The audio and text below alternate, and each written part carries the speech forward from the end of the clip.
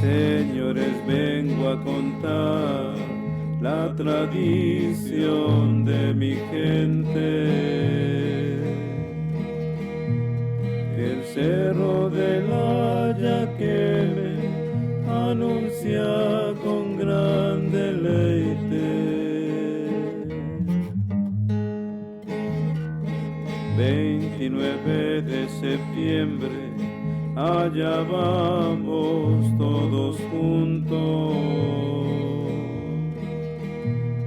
para arreglar y enflorar la casa de los difuntos. Se limpia y se engalana cada tumba en el panteón, pa' que se ponga contenta la niñita que partió.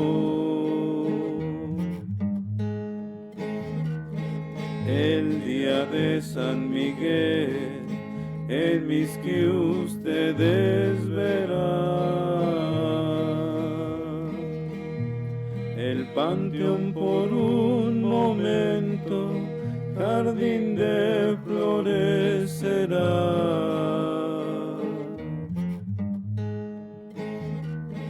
Una cruz de cempasúchil en su tumba les pondremos,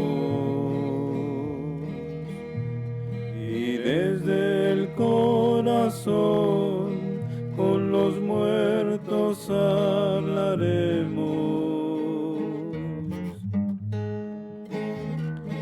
En casa los esperamos, allí en muertos nos veremos. Por lo que nos ayudaron, su ofrendita les pondremos.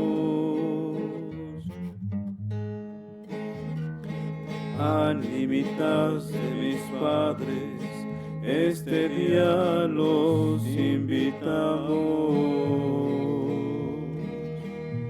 Cuando venga el día de muertos, en casa los esperamos.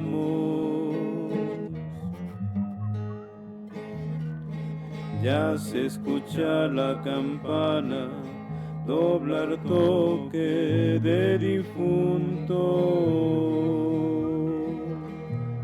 Ya me despido, señores, hoy aquí estuvimos juntos.